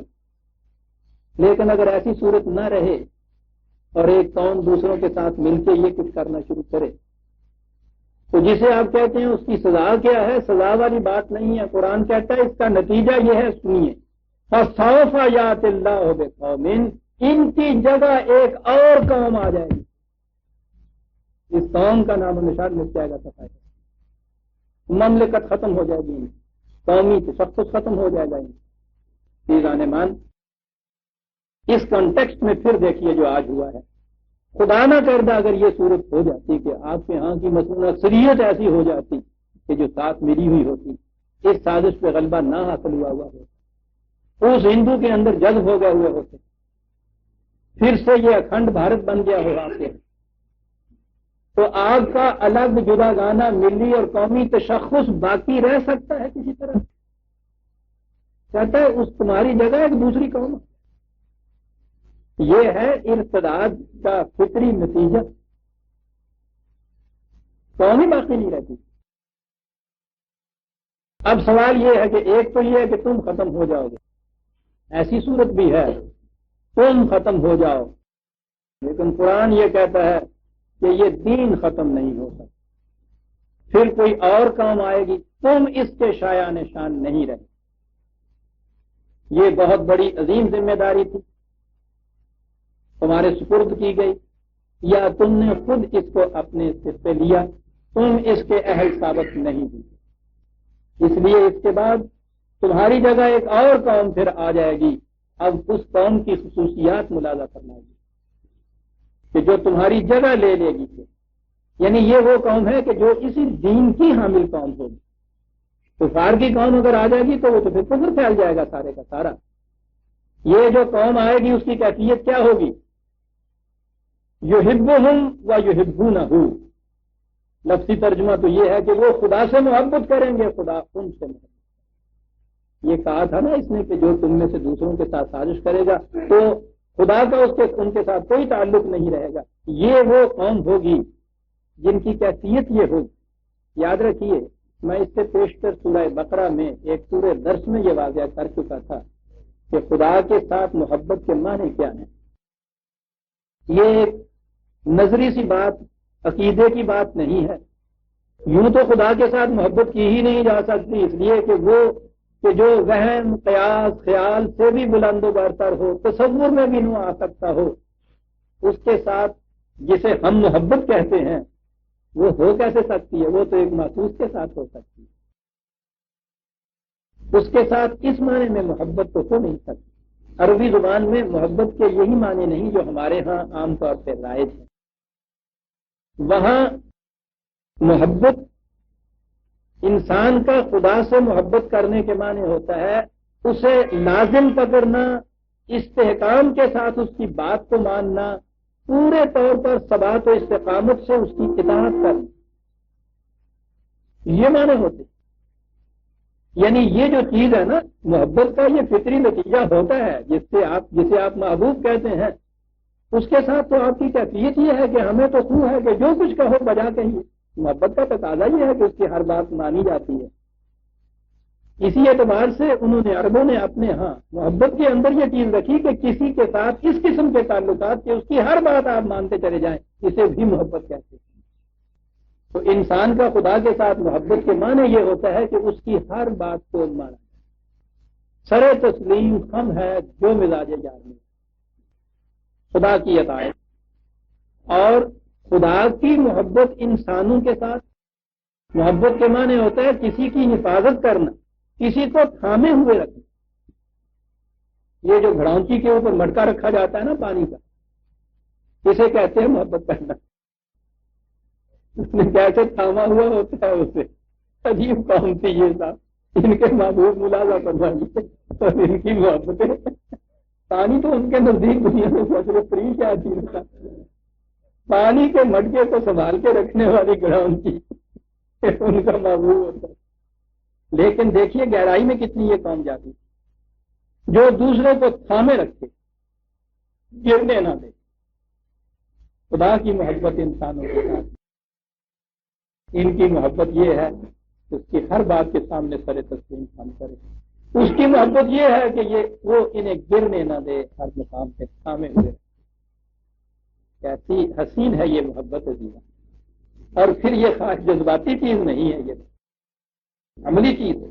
کہا کہ اگر تم میں سے لوگ ایسے ہو جائیں گے کہ قوم دوسروں کے ساتھ مل کے یہ کچھ کرنا شروع کرے گی تو اس کے بعد پھر یہ کہتی ہے تھا کہ تمہاری جگہ ایک اور قوم آ جائے گی، تم صفحہ ہستی سے مٹ جاؤ گے. کوئی رعایت نہیں قرآن دے رہا ہے. گناہوں کی سزائیں دیتا ہے، وہ جرائم کی سزائیں دیتا ہے، وہ یہاں بھی دیتا ہے، جہنم میں بھیجتا ہے، یہ سب کچھ ہے. لیکن جس قوم کے اندر سازش کرنے والے پیدا ہو جاتے ہیں وہ کہتا ہے قوم مٹ جاتی ہے، اس کی جگہ دوسری قوم آ جاتی. یہ انجام ہوتا ہے عزیزہ نے سازش کرنے کا. اسے ارتداد کہتے ہیں قرآن کی لیے. قوم دوسری آ جائے گی اور اگر وہ دین کی حامل قوم ہے تو پھر وہ تمہارے جاتی نہیں ہوگی. تو خدا کے احکام کی پوری اطاعت کرے گی اور پھر خدا ان کو تھامے رکھے گا، انہیں گرنے نہ دے گا. یہ تو ایک چیز تھی جسے ذہنی طور پہ آپ کیجئے کہ وہ یہ اس قسم کی قوم وہ آئے گی. آگے دیکھیے قرآن کہتا کیا ہے. کہا تھا نا کہ یہ لوگ ان کے ہاں جا کے اقتدار اور اختیار اور عزت ڈھونڈتے ہیں. کہا یہ تھا نا کہ یہ لوگ دوسروں کے ہاں وقار چاہتے ہیں، اقتدار چاہتے ہیں، عزت چاہتے ہیں. کہا یہ جو یہ قوم آئے گی اس کی کیفیت یہ ہوگی کہ اذلۃ علی المؤمنین عزۃ علی الکافرین. ایک چیز کو کاٹتا چلا. ان کی کیفیت یہ ہوگی کہ یہ اپنے جو ہیں ان کے سامنے جھکے ہوئے ہیں اور اپنوں کے علاوہ جتنے بھی ہیں ان کے سامنے سخت چٹان کی طرح کھڑے ہیں. اشداء علی الکفار رحماء بینہم. ان کی کیفیت یہ تھی کہ یہ اشداء علی المؤمنین تھے. اپنے قوم کے جو لوگ تھے ان کے خلاف جس قدر انہوں نے تشدد وہاں برتا ہے، جس قدر بہیمانہ بربریت سے کام دیا ہے، اس کی تفصیلیں جب سامنے آتی الکفار رحماء بینہم اذلۃ علی المؤمنین عزۃ علی الکافرین. ان کی کیفیت یہ ہوگی اپنوں کے سامنے جھکے ہوئے، غیروں کے مقابلے میں ڈٹ کے کھڑے جب ہونے والی ہوں گے. یہ ایک دوسری وہ قوم آ جائے گی. آپ دیکھتے ہیں کہ اس قوم کے برعکس صفات اس قوم کے اندر ہوں گے. یہ کہا کہ ان کی جگہ لے. پھر کیا کریں گے وہ؟ یہ جنگ کر رہے تھے اپنوں کے خلاف. یجاہدون فی سبیل اللہ. وہ خدا کی راہ میں جہاد کرنے والے. خدا کی راہ میں جہاد کے معنی ہوتے ہیں جہاں بھی ظلم ہوتا ہے اس ظلم کو روکنے کے لیے وہ سربکف میدان میں نکلا. اس قوم کی کیفیت یہ ہوگی یجاہدون فی سبیل اللہ. ولا یخافون لومۃ لائم، بڑی عجیب چیز. معنی اس کے یہ ہیں کہ کسی ملامت کرنے والے کی ملامت کا ان کو کوئی ڈر نہیں ہوگا. میں خود یہ عرض کر رہا ہوں، اس سے پیشتر کچھ محسوس طور پر بات سمجھ میں نہیں آیا کرتی تھی کہ یہ اتنی بڑی چیز قرآن نے یہ بتائی ہے. اب تو نظر آتا ہے کہ جسے ہم بظاہر چھوٹی چھوٹی باتیں سمجھتے ہیں، عملی زندگی کے اندر وہ بھی بڑی گہری اور بنیادی باتیں ہیں. قرآن کوئی بھی چھوٹی بات نہیں کہتا. آپ اپنے اس معاشرے پہ نگاہ ڈالیے. منافقت کی ایک شکل ہمارے ہاں عام یہ ہو چکی ہے، کمرے کے اندر بات کیجئے کسی سے تو عرشہ یہ کہے گا کہ ہاں سر جو کچھ ہو رہا ہے ہمارے یہاں بڑا غلط ہو رہا ہے، عوام پرستیاں ہیں، دیکھیے تو صحیح قوم کن چیزوں میں الجھی ہوئی ہے، ان عرصوں میں دیکھیے، ان مزاروں پہ دیکھیے، ان بازاروں میں دیکھیے، ان بازوں میں دیکھیے، ان لیڈروں کی کیفیت دیکھیے. ہر ایک کے خلاف آپ دیکھیں گے وہ باتیں کریں. ان سے کہیے کہ جو کچھ آپ کمرے کے اندر کہہ رہے ہیں باہر جا کے ذرا کہیے، اور کہنے لگے صاحب نہ تمہاری ہوئی ہے تو نہ دیکھا گھر جا میں پتھر مار دینا، نہ تمہاری کبھی نہیں باہر جا کے وہ. آپ دیکھیے کتنی بڑی چیز. اگر کیفیت یہ ہو جائے پیدا کہ آپ اعلانیہ برائی کو برائی کہیں، باہر کھڑے ہو، بدماش کو بدماش کہیں، گنڈے کو گنڈا کہیں، جس کا کوئی عمل، کوئی قول یا پھر کوئی بات جو ہے دیکھتے ہیں آپ کے اسلام کے خلاف، قوم کے خلاف، پاکستان کے خلاف کوئی روش جا رہی ہے، اس میں کسی قسم کی مربت اور لحاظ اور تعلق اور رشتے کو بالائے طاق رکھیں، اعلانیہ کہہ دیں کہ تم غدار ہو، تم یہ کچھ کرتے ہو، قوم کے دشمن ہو، اسلام سے باغی ہو، تم شریف انسان نہیں ہو. میں کہتا ہوں یہ روش اگر اختیار کر لیں، یہ وہ لوگ کہ جو واقعی محسوس کرتے ہیں ان چیزوں کو کہ یہ خراب ہیں، اگر وہ لوگ کمروں کے اندر جو باتیں کرتے ہیں کمرے سے باہر جا کے کرنے لگ جائیں، آپ دیکھیے گا چند دن میں کام سنور جائے گا. قرآن نے یہ جو کہا کہ وہ یعنی استبدال قومی یہاں ہو رہا ہے کہ تمہاری جگہ ایک دوسری قوم آئے گی اور جو اس قوم کی خصوصیات بتا رہا ہے، یہ تو خیر بڑی بلند خصوصیات تھیں ان کی، لیکن اس میں ایک خصوصیت یہ بتاتا ہے کہ پھر وہ کسی کی ملامت سے نہیں ڈریں گے. نظر آتا ہے کہ ابتدا جو ہوتی ہے قوموں کی تباہی کی وہ یہاں سے ہوتی ہے. ملامت کیا خاص سالوں کی پی ہوئی ہے سال خام کا برائی سے، یعنی ہر شخص، اور جب یہ روش عام ہو جاتی ہے پھر برائی جو ہے وہ معمول بن جاتی ہے اس کام کا. کوئی ٹوکنے والا نہیں رہتا، کوئی روکنے والا نہیں رہتا، برے کو برا کہنے والا نہیں. وہ اکبر نے وہ جو کہا تھا کہ شیطان کو رجیم کہہ دیا تھا ایک دن، تو میں نے کسی دن شیطان کو مردود کہہ دیا، رجیم ایک دھوم مچی، خلاف تہذیب ہے، یہ خلاف تہذیب ہے کسی کو برا کہنا، یعنی شیطان کو مردود کہنا خلاف تہذیب ہے. تہذیب نام ہی اس قسم کا ہے کہ ہر قسم کا جو شیطان آپ کے سامنے نظر آتا ہے جن کے سلام کیجیے، ریسپیکٹ کیجیے اس کی، سب کچھ جو ہی اس کا منہ مڑے گا بڑا آرام دہ ہے. ساری قوم کی روش یہ ہو گئی عزیزان ایمان. نظر آتا ہے قرآن کہاں سے کہتا ہے کہ تباہی شروع ہوتی ہے کہ وہ پھر قوم ایسی نہیں ہوگی. تو نظر آتا ہے نا کہ جو قوم مٹنے والی ہوتی ہے وہ ایسی ہوا کرتی ہے. اس کا الٹ کرتے چلے جائیے تو وہ قوم آ جائے گی جو مٹنے والی ہے. اپنوں کے ساتھ ہمیشہ ڈٹ کے کھڑے ہونے والے، مقابلے کرنے والے، فساد انگیزیاں، ہنگامہ خیزیاں اپنوں کے خلاف. روز آپ دیکھیں کیچڑ اچھل رہی ہے اپنوں کے خلاف. میں کہتا ہوں اس زمانے میں بھی آپ اٹھا کے دیکھیے اپنے اخبارات کو، جتنی کیچڑ اپنے خلاف اچھل رہی ہے اس کا کہیں ہزارواں حصہ بھی انڈیا کے خلاف نہیں کہا جا رہا. قوم کی یہ حالت ہو جاتی ہے. وہ یہ اذلت علی المومنین عزت علی الکافرین کے الٹ ہو جاتی ہے. وہ قوم یجاہدون فی سبیل اللہ نہیں ہوتا، حق کے راستے میں، عدل کے راستے میں ان کی جد و جہد نہیں ہوتی، بلکہ ان کے خلاف جو کام ہے اس کے لیے جد و جہد ہوتی ہے. ولا یخافون لومۃ لائم، اور ان کی کیفیت یہ ہوتی ہے کہ برائی کو برائی سمجھتے جانتے ہوئے بھی اس کا کبھی اعلان باہر نہیں کرتے کہ صاحب ہمیں کیا ضرورت ہے برا بننے کی. آپ دیکھتے ہیں یہ روش عام ہو گئی. قرآن کہتا ہے کہ جب کسی قوم کی یہ روش ہو جائے تو پھر اس کی جگہ دوسری قوم آ جایا کرتی. ہزار ہے تیرہ دستاں سب ہیں فطرت کی تعبیر. یہاں یہ نہیں ہوا پھر کہ اس کے افراد جو ہیں پھر ان کو کوئی سزا دی جاتی ہے. قرآن نے تو کہا ہے کہ پھر ایسے وقت میں اس فتنے سے ڈرو کہ جب وہ آیا کرتا ہے تو صرف ظالمین تک ہی محدود نہیں رہا کرتا، ساری قوم کو اپنے گھیرے میں لے لیا کرتا ہے۔ کتنے بے گناہ، کتنے معصوم، کتنے مظلوم اس ایسٹ پاکستان کے اندر اس بری طرح بربریت کا شکار ہوئے۔ عزیزان من، یہ چیزیں قرآن کریم آپ دیکھیے وہ بات کیا کہتا ہے کہ جب کسی قوم میں یہ کیفیتیں پیدا ہو جائیں جو گنائی ہیں تو پھر وہ قوم مٹ جاتی ہے۔ زندہ رہنے والی، باقی رہنے والی قوم وہ ہوتی ہے جس میں اس کے خلاف اس قسم کی خصوصیات اور صفات ہوتی ہیں۔ اذلۃ علی المؤمنین عزۃ علی الکافرین یجاہدون فی سبیل اللہ ولا یخافون لومۃ لائم، کسی ملامت کرنے والے کی ملامت سے قطعاً خائف نہیں کرتی۔ یہ تو پہلا درجہ ہے ایمان کا عزیزان ایمان، جرأت اخلاقی جسے آپ کہتے ہیں۔ اور جہاں یہ پہلی چیز ملتی ہے، یاد رکھیے، سمجھ لیجیے کہ یہ دیا آہستہ آہستہ گل ہونے لگا بجھنے۔ یہ جب یہ چیز ہو جائے کہ جب جس چیز کو آپ برا کہتے ہیں اس کو آپ برا نہ کہیں، اس چیز کو لوگوں کے ڈر سے، سوسائٹی میں پاپولر ہونے کے خوف، یہ ایک پاپولر عجیب بلا آئی ہوئی ہمارے، ساری برائیاں پھر وہ عام ہوتی چلی جاتی ہیں، ان پاپولر ہو جاتا ہے صاحب۔ اس طرح سے پاپولر ہوتے چلے جائیے، قوم کی قوم مٹ جاتی ہے۔ قرآن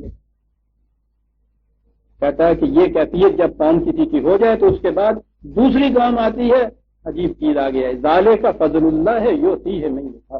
یاد رکھیے یہ بات نہیں ہے کہ پھر ہم آسمان سے کچھ فرشتوں کی اس قسم کی فوج بھیج دیتے ہیں کہ جاؤ ان کی جگہ تم لے لو، یہ نہیں ہوتا۔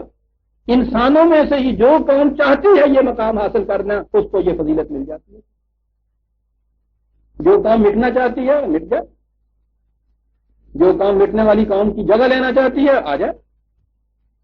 کیسے آ جائے؟ یہ خصوصیات پیدا کرے، اس کی جگہ لے لے، اس کے برعکس خصوصیات ہوں گی، مٹ جائے گی۔ یہاں تو من شاہ ہے، جو جس قسم کا انجام چاہتی ہے قوم اس قسم کا وتیرہ اختیار کرے وہ انجام اس کا ہو جائے۔ یہاں ہمارے یہاں من شاہ کا ترجمہ کیا کہ جس خدا جیسا چاہتا ہے، جس کو چاہتا ہے وہ یہ دے، جسے چاہتا ہے وہ مٹا دیتا ہے، جسے چاہتا ہے اس کی جگہ لے آتا ہے۔ نہ مٹنے والوں کا کوئی جرم، نہ آنے والوں کی کوئی چوٹ۔ جو قوم ایسا بننا چاہے وہ ایسا بن سکتی، وہ مٹتی ہے، یہ دوسری قوم آتی۔ واللہ واسع علیم، وہ تنگ نظری نہیں ہے اس کے ہاں، بڑی کشاد ہے اس کے ہاں۔ ساری پوری اقوام عالم، ساری دنیا، پوری مخلوق اس کے سامنے انسانوں کی مخلوق ہے۔ قانون اس کے لیے مقرر کیے ہوئے ہیں، علم کے اوپر مبنی ہے۔ وہ جس کا جی چاہے اس قسم کا انداز اختیار کر لے، سازشیں کرے، بغاوتیں کرے، اپنوں کے خلاف جائے، دوسروں کے ساتھ ملے، مٹ جائے گا۔ جو قوم چاہے کہ باقی رہنا ہے، ہمیں مستحکم ہونا چاہیے، اس کے خلاف یہ عادات اپنے اندر فسائل پیدا کرے، زندہ رہے گی۔ من یشاء واسع علیم۔ اور دوسری چیز جو ہے عزیزان من، یہ ٹھیک ہے، ہمیں اس چیز پہ افسوس یہ آتا ہے کہ صاحب یہ مسلمان مٹ رہا ہے، مسلمان کی یہ تکلیف ہو رہی ہے۔ ٹھیک ہے، بہرحال ہم بھی انیس میں سے ہوتے ہیں، ان کے مٹنے کا رنج ہوتا ہے، لیکن فطرت کی تعزیریں تو بڑی سخت ہوتی ہیں، وہاں تو رعایت نہیں۔ وہاں تو وہ نہ کسی ملامت کرنے والے کی ملامت سے ڈرتا ہے، نہ کسی کی رعایت اور رہی کرتا ہے۔ اس کے ساتھ ایک حقیقت اور بھی ہے کہ یہ جو الدین ہے قرآن نے دیا ہوا، یہ نہیں مٹ سکتا۔ ہماری غلطی بنیادی یہ ہے کہ ہم مسلمان کی قوم کو اور اسلام کو لازم ملزوم سمجھتے ہیں، یعنی جب ہم اپنی ان خطا کاریوں، خطا کوشیوں اور جرائم کی بنا پہ ذلیل ہونا شروع ہوتے ہیں تو دہائی دیتے ہیں اسلام خطرے میں ہے۔ اسلام خطرے میں نہیں ہوتا، تم خطرے میں ہوتے ہو۔ یہ بھی ایک سلوگن ہے، ڈھونگ ہے۔ کاہے کے لیے یہ ڈھونگ رچایا ہوا ہے؟ یہ کہنے والے اپنے آپ کو کہتے ہیں کہ ہم ہیں اسلام کے محافظ۔ اسلام خطرے میں ہے کہ معنی یہ ہے کہ ہمیں طاقت ہم پہنچا، اس لیے کہ ہم اس کا جھنڈا تھامیں ہوتے، وہ بھی انہیں میں سے ہیں۔ اسلام خطرے میں نہیں ہوتا، مسلمان خطرے میں ہوتا۔ وہ جو دین ہے اس کے لیے خالص کو 1-2-4 درس چاہیے، میں آؤں گا اس چیز کے اوپر کہ اسلام از خود اپنے دور دروز سے دنیا کے اندر آگے بڑھتا چلا جا رہا ہے۔ اسلام کسی خاص مسلمان نام رکھانے والی قوم کے روش کا نام نہیں ہے، وہ ایک ایسا نظام ہے انسانوں کے اندر۔ انسان اپنے وحی کی روح سے اگر وہ چاہتا تو یہ بنا بنایا ہوا اس کے اندر وہ مل گیا تھا نظام، جس کا جی چاہتا اسے عادت کر رہے. اگر وہ یوں نہیں کرتا ہے تو اس کے بعد پھر اپنی اپنی تجربوں سے قومیں آگے بڑھ رہی ہیں. ایک نظریہ زندگی لیتی ہیں، اس کو آزماتی ہیں، سینکڑوں سال اس میں لگ جاتے ہیں، ان کی ہڈیاں ٹوٹتی ہیں، خون کے دریا بہتے ہیں، کتنا نقصان انسانیت کا ہوتا ہے. اس کے بعد جا کے پتہ چلتا ہے کہ یہ غلط تھا. ٹرائل اینڈ ایرر کے ذریعے سے پھر وہ ایک دوسرا تجربہ کرتے ہیں، پھر انسانیت کسی اور چیز پہ آتی ہے. قرآن کہتا یہ ہے کہ انسانیت ٹھوکریں کھاتی ہوئی لمبے لمبے عرصے طے کرتی ہوئی یہ منزلیں ٹھوکریں کھاتی مصیبتیں جھیلتی، جب بھی آخر الامر وہ آئے گی جہاں وہ آ کے اپنے لیے سکون اور فلاح پائے گی تو وہ وہی نظام ہوگا جو قرآن نے دیا ہوا ہے. درس میں یہ چیز تو اپنے وقت پہ آئے گی. جی چاہتا ہو آپ کا تو میں نے سلیم کے نام خطوط میں ایک میرا خط ہے، اسلام آگے کیوں نہ چلا، استفہامیہ چیز ہے جس میں میں نے بتایا یہ ہے کہ چلا ہی اسلام ہے آگے، لیکن غیر محسوس طور کے اوپر وہ چل رہا ہے. یہ ہے وہ چیز جو قرآن کہہ رہا ہے کہ لِيُظْهِرَهُ عَلَى الدِّينِ كُلِّهِ. ہم نے اس دین کو بھیجا ہے کہ دنیا کے ہر نظام پر اس نے غالب آنا ہے. یعنی اقوام عالم نے بالآخر یہ نظام ہے جسے اختیار کرنا ہے. پہلے یہ اس کے ایک ایک ٹکڑے الگ الگ کڑیاں اختیار کرے گی. معاشی نظام کوئی اختیار کرے گا، سیاسی کوئی کرے گا، وہ معاشرتی کوئی کرے گا، ایک قانون کوئی اختیار کرے گا، دوسرا کہیں اور اختیار کریں گے. آہستہ آہستہ یہ ہوتا چلا جائے گا، پھر آگے بڑھتی چلی جائے گی، اور پھر جب یہ کلی طور کے اوپر کوئی نظام اختیار کیا جائے گا وہ وہی ہوگا جو قرآن نے دیا. اس لیے یہ چیز نہیں کہ کسی خاص خطے کی کوئی قوم مسلمان نام رکھانے والی اگر مٹتی ہے تو اس کے بعد ہم کہیں گے کہ یہ دین کی شکستہ اسلام مٹ رہا ہے، وہ ختم ہو رہی ہے. قرآن کہتا ہے اس کی جگہ ایک اور قوم آئے گی، وہ ان سے بہتر خصوصیات رکھے گی، وہ زیادہ اسلام کے قریب ہوگی. ہو سکتا ہے کہ اس وقت ابھی اس کا نام مسلمان ہو ہی نہ، کیونکہ وہ اپنی تجارت کی روح سے آ رہی ہے، وہی کو تسلیم کر کے ادھر نہیں آ رہی ہے، لیکن وہ ان سے بہتر ہوگی. بہرحال یہاں تو سوال خصوصیات کا ہے. اور آخر الامر جو یہاں نظام قائم ہوگا انسانیت کے لیے وہ نظام وہی ہوگا جسے قرآن نے دیا ہے. آئے گی دوسری چیز. اس چیز کو اقبال نے بڑے حسین انداز میں بیان کیا. جی نہیں چاہتا ایسے مقام پہ اسے چھوڑ کے آگے چلوں. ایک تو فارسی، پھر کتاب ہے جاوید نامہ. میں یہ عرض کر دوں کہ جیسے آپ کہتے ہیں نا کہ اسلام کی تعلیم دینی چاہیے نوجوانوں کو، اسلامیات جس نے ان کو دین سے بالکل برگشتہ کیا ہوا ہے، یہ آپ کی اسلامیات نے کیا ہوا ہے، یاد رکھیں. یہ بڑی سازش ہے جو ہوئی ہے پاکستان اور اس قوم کے خلاف جس کا نام اسلامیات ہے. کوئی نوجوان جو عقل و فکر سے کام لینے والا ہو اس کو اسلامیات کا یہ نظام پڑھا دیجیے، اسلام سے برگشتہ نہیں متنفر ہو جاتا ہے. وہ اسلام کی تعلیم دینا چاہتے ہیں تو میں یہ عرض کروں گا، مبالغے کی بات نہیں. یہ ایک کتاب جاوید نامہ یہ پڑھا دی، لیکن اس کے پڑھانے کے لیے ایسے لوگوں کی یا ایسے شخص کی ضرورت ہوگی جو علوم حاضرہ کے اوپر پوری نگاہ رکھتا ہے. بڑی جامع کتاب ہے اور میں سمجھتا ہوں یہ شاہکار ہے اقبال کے فکر. تاریخ عالم پہ نگاہ، مذاہب عالم پہ نگاہ، سارے فلسفے کے اوپر نگاہ، الہیات کے اوپر نگاہ، سوشیالوجی کے اوپر نگاہ، تمدن کے اوپر نگاہ، نظام کے اوپر نگاہ، سب سے بڑی یہ چیز کہ قرآن کی گہرائیوں کے اوپر بڑی نگاہ. اگر کہیں یہ چیز نصاب کی اس انداز سے سامنے آئے پھر آپ دیکھیے گا کہ ذہنیت انہی نوجوانوں کی بنتی کیا ہے. یہ جو چیز ہے کہ پھر کوئی دوسری قوم آئے گی. یہ جو ایک فلک کی یہ باتیں کر رہا بڑا حسین انداز ہے جہاں قرآن کا نظام یہ سامنے پیش کر رہا ہے. نقش قرآن تا دری عالم نے شست، نقش ہائے کاہنوں پاپا شکست. اس انداز سے بات شروع کرتا ہے کہ یہ نظام آیا تو ملوکیت بھی گئی اور یہ پاپائیت بھی گئی اور سرمایہ داری بھی اڑی، یہ سب چیزیں انہوں نے اڑا دی. ہاں جی نہیں چاہتا خاص قرآن کے متعلق خاص ظلم کے در دل مزمرس، جو میرے دل کے اندر چھپی ہوئی بات ہے آج میں اسے بے نقاب کہہ دینا چاہتا ہوں. کہا کیا ہے؟ یہ کتابیں نہیں، یہ کتاب نہیں. ذہن میں ہوگا کہ کیا ہے؟ کہتا چیزیں دیگر. الفاظ نہیں مل رہے یہ کہنے کے لیے کہ میں کیا کہوں کہ یہ ہے کتاب. تم اس کو کتاب تو نہیں، یہ تو کچھ اور ہی ہے. باپ کیوں بجا در رکھ جان دیگر شود. اس کی کیفیت یہ ہے کہ جب جان کے اندر کسی کے یہ اتر جاتی ہے وہ جان بدل جاتی ہے، اور جان چوں دیگر شد جہاں دیگر. اور جب جان بدل جاتی ہے تو دنیا بدل جاتی ہے. یہاں سے بات اس نے شروع کی اور وہاں پھر آخر میں آ گیا اسی مقام پہ جہاں یہ چیز ہے کہ پھر اس کے بعد کوئی اور کام آ جائے گی. میں سمجھتا ہوں اقبال کا یہ مرثیہ خون کے آنسو رلا دینے والا ہے کہ محفل ماں بے نیو بے ساقیت. یہ ٹھیک ہے ہماری محفل میں آج نہ شراب رہی ہے نہ ساقی ہے.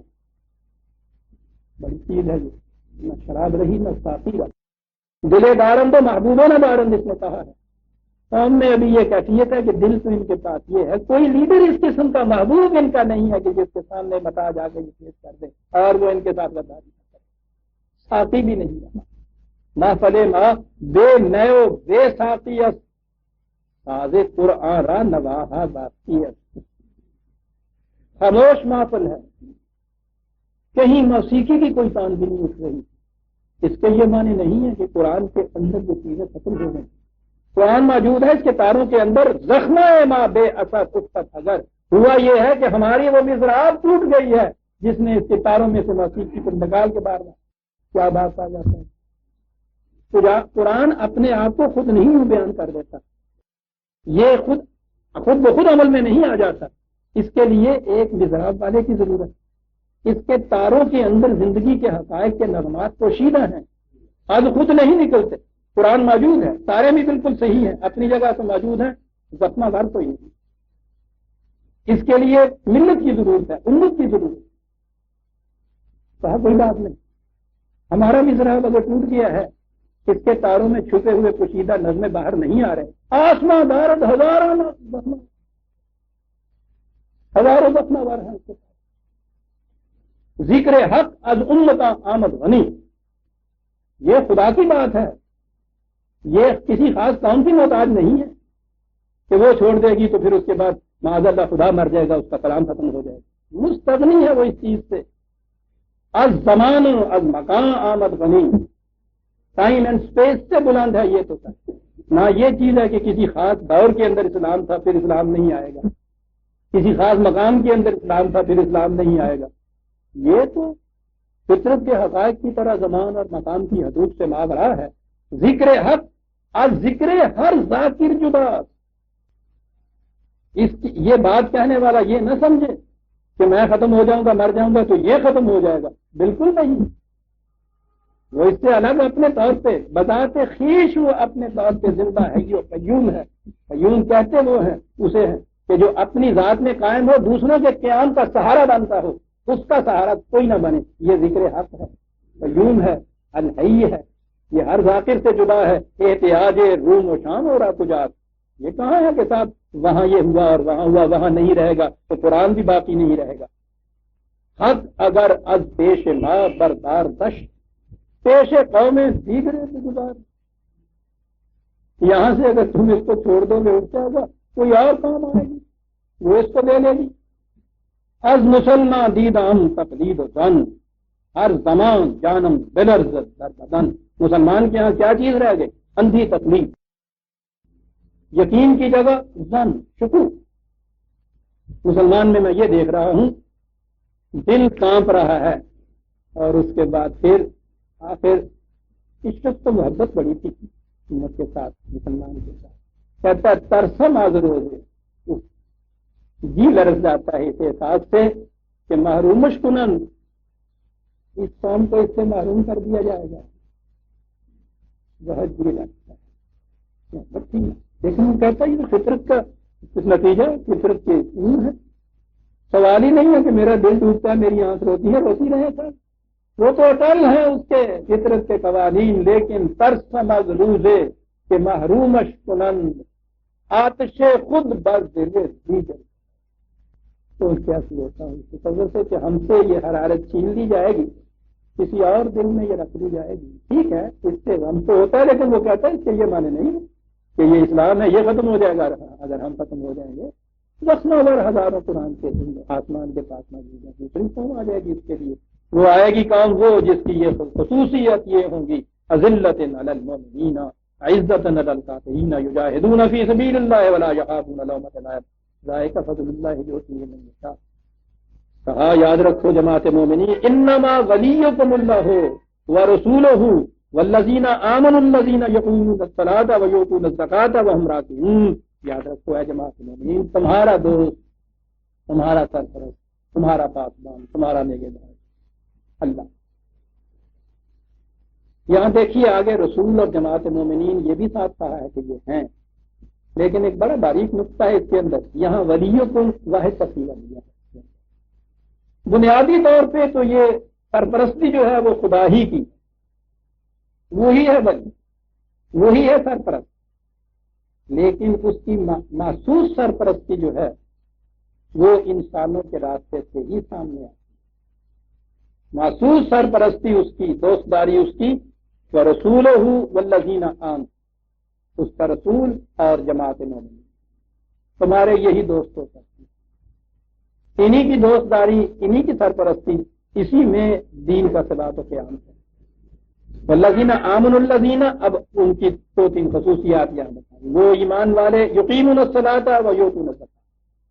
قرآن میں ہمیشہ یہ دو بنیادی خصوصیات بتائی ہیں، یاد رکھیے۔ جیسا کہ میں نے کئی دفعہ عرض کیا ہے، یہ نماز جو ہے یہ ایک مختصر منیچر فارم کے اندر اسی نظام کی ایک شکل ہے سمٹی ہوئی، لیکن صلاۃ زندگی کے پورے نظام کے اوپر حاوی ہوتا ہے۔ صلاۃ کے معنی ہوتا ہے زندگی کے ہر گوشے میں قوانین خداوندی کے پیچھے پیچھے چلتے چلے جائیں۔ یہ ہوتا ہے نظام اس قوم کا، اور اس کا مقصد ہوتا ہے یؤتون الزکاۃ، نوع انسانی کی پرورش کا سامان باہم پہنچانا۔ یہ اصطلاحی چیز جو ہے یہ آپ کے یہاں کا ایک شریعت کا قانون کسی زمانے کا بنا ہے۔ قرآن میں یہ چیز ہے کہ یہ مقصود یہ ہے اس نظام سے اور اس امت سے، اس قوم سے جو اس نظام کو لے کے کھڑی ہوگی، کہ زندگی کے ہر گوشے میں وہ خدا کے قوانین کے پیچھے پیچھے چلی جائے گی، اور مقصد ان کا ہوگا پوری عالمگیر انسانیت کو نشو و نما کے سامان کا ہم پہنچانا۔ یقیمون الصلاۃ ویؤتون الزکاۃ، ایک لفظ میں ساری بات سمٹا دی۔ وہم راکعون، زندن میں عرض کروں اگر عام معنی اس سے کیے جائیں بات بنتی نہیں۔ یقیمون الصلاۃ کہ وہ نماز پڑھتے ہیں، زکات دیتے ہیں، تو ہم راکعون وہ رکوع کرتے ہیں۔ اگر ترجمہ کیا جائے کہ کہا جائے گا کہ پہلے تو کہا گیا نماز پڑھتے ہیں، تو پھر کہا گیا رکوع کرتے ہیں، تو نماز پڑھتے ہیں کہ رکوع کرتے نہیں کرتے، میں بکرا کہنا پہ ہوں۔ دیکھتے ہیں آپ قرآن پہ ذرا غور کرنے سے بات سمجھ میں آ جاتی ہے۔ یہاں صلاۃ کے معنی وہ پورا نظام، وہم یہاں یہ جو ہے یہ مفہوم کے اعتبار سے کہا گیا ہے، یعنی صورت ان کی یہ راکعون کے معنی ہوتا ہے جھکنے والے۔ ان کی کیفیت یہ ہے کہ وہ قوانین خداوندی کے سامنے جھکے ہوئے ہوتے ہیں، بھائی یہ ہے ان کی خصوصیت۔ تو ہم راکعون سر تسلیم خم ہے، جہاں ان کے سامنے کوئی چیز احکام خداوندی میں سے، قانون خداوندی میں سے آئی اور وہ ان کے سامنے جھک گئے۔ یہ ہیں وہ لوگ کہ جو نظام صلاۃ قائم کرتے ہیں، عالمگیر نشو و نما کا سامان بم پہنچاتے ہیں۔ یہ ہیں یاد رکھو جو آپس میں ایک دوسرے کے ساتھ دوستی کے، سرپرستی کے تعلقات رکھتے ہیں۔ اور اگر یہ صورت نہیں، وَمَن يَتَوَلَّ اللَّهَ وَرَسُولَهُ وَالَّذِينَ آمَنُوا، یاد رکھو جو شخص بھی دوست داری اختیار کرے گا اللہ کی، اس کے رسول کی، جماعت مومنین کی، فَإِنَّ حِزْبَ اللَّهِ، یہ ہے خدا کا لشکر، یہ ہے خدا کی قوم، خدا کی پارٹی جسے کہتے ہیں۔ حزب کے معنی تو اب پارٹی ہمارے ہاں آیا ہوا ہے، اگرچہ ہم نے یہ لفظ ہمارے ہاں حزب مخالف میں یہ لفظ ہمارے ہاں آیا، یعنی قوم کی بدقسمتی دیکھی، یا اپوزیشن جو ہوتی ہے پارلیمنٹ نظام، اسے کہتے ہیں حزب اللہ۔ قرآن نے کہا ہے جماعت مومنین، تو ٹھیک ہے وہ کہا، ان میں پارٹیاں ہوتی ہیں دوسروں، ہماری بھی ایک پارٹی ہے، خدا کی پارٹی۔ اتنی بڑی چیز ہے عزیزان من، ہر پارٹی والا اپنے اپنے لیڈر کے طرف اپنی نسبت کرتا ہے، فلاں کی پارٹی، یہ فلاں کی پارٹی، فلاں کی پارٹی، وہاں بھی اسی نسبت سے وہاں بیٹھتے ہیں۔ وہ کہتا ہے صرف وطن، یہ نسبتیں سب غلط ہیں، تم اور وہ سارے مل کے حزب اللہ، صرف خدا کی پارٹی۔ اس کے برعکس اس نے ایک اور پارٹی کا بھی ذکر کیا، دو ہی پارٹیوں کا ذکر ہے سارے قرآن میں، حزب اللہ اور حزب الشیطان۔ جو حزب اللہ میں نہیں ہے حزب الشیطان۔ اب آپ کے ہاں وہ مغرب کی تقلید میں جو کہا تھا اقبال نے کہ ان کے یہاں صرف تقلید دیکھ رہا ہوں میں، وہاں سے جو نظام آپ کے یہاں جمہوریت کا آیا، وہاں پارلیمنٹری نظام آیا، اس کے اندر بیٹھی ہوئی ہے قوم مسلمانوں کی ساری، اس قوم کے اندر یہ کہتے ہیں کہ جب تک اس میں اپوزیشن حزب مخالف نہیں ہوگی یہ چل نہیں سکتی، نظام نہیں چل سکتا۔ وہ لعنت اس نظام پہ کہ جس نے مسلمانوں کو دو گروہوں میں تقسیم کر دیا، اس طرح کہ ایک گروہ دوسرے گروہ کے خلاف مستقل وہاں بیٹھا ہوا ہوتا ہے۔ تو سر اس کے بغیر چل نہیں سکتا، پارٹیوں کے بغیر قوم نہیں یہاں رہ سکتی۔ قرآن نے جس کو شرک کہا، جس کو کفر کہا، جس کے متعلق رسول اللہ سے کہا ہے کہ جو پارٹیاں بنا لیں ان میں سے، وہ مذہبی فرقہ ہو یا سیاسی پارٹی ہو، لستہ منہم کی شے، اے رسول تیرا ان سے کوئی بات نہیں۔ قرآن خدا کے متعلق کہا کہ وہ مشرکین ہوتے ہیں، وَلَا تَكُونُوا مِنَ الْمُشْرِكِينَ مِنَ الَّذِينَ فَرَّقُوا دِينَهُمْ۔ یہ پارٹیاں بنانے والے، یہ فرقے بنانے والے مشرک ہیں، رسول کا ان سے کوئی واسطہ نہیں ہے۔ یہاں یہ کہا جاتا ہے کہ جب تک قوم کے اندر پارٹیاں نہ ہوں، سیاست ہی نہیں ان کی چلتی، سیاست ابلیسی ہے، سیاست فرعونی۔ قرآن نے ایک سیاست کے متعلق ذکر کیا ہے جس کو ختم کرنے کے لیے اتنے بڑے صاحب ضرب کریم کی ضرورت تھی۔ فرعون کے متعلق پہلا جرم جو قرآن نے عائد کیا پتا وہ کیا ہے؟ کہا ہے وہ قوم کو پارٹیوں میں تقسیم کیا کرتا تھا، اور پھر نکیاولی سیاست یہ تھی کہ کبھی ایک پارٹی کو پڑھاتا تھا، کبھی دوسری کو پڑھاتا تھا۔ فرعونی سیاست اسے قرآن نے پڑھاتی ہے۔ اپنے نظام کے متعلق کہا کہ اس میں پارٹی سازی شرک ہے، کفر ہے، رسول سے بغاوت ہے۔ یہاں کہا جاتا ہے کہ پارٹیوں کے بغیر سیاست نہیں، یعنی فرعونی سیاست جو ہے وہ آپ کے یہاں کی اسلامی سیاست ہو رہی ہے۔ بڑے بڑے اسلام کے نام لینے والے مقدسین کا طائفہ بھی پارٹیاں بنا کے بیٹھے ہوئے، پہلے انہوں نے فرقے بنائے ہوئے، وہ شرک، کون کی بدبختی سیاست میں آ گئی۔ حالانکہ اس نے اس وقت یہ کہہ دیا کہ قوم کیا چیز ہے، قوموں کی امامت کیا ہے، اس کو کیا جانے یہ بیچارے دو رکعت کے امام۔ دورے حاضر کی سیاست سمجھ میں آنے والی نہیں، مشکل ترین مسئلہ ہے یہ آگے سیاست کے۔ اس نے کہہ دیا کہ میں جانتا ہوں انجام اس کا، جس مارکے کے غازی، جس مارکے کا ملا ہو غازی۔ آگے سے فرقے بندی سے 1300 برس میں آپس میں شدت اول ان کے ہو رہی، شرک میں مبتلا۔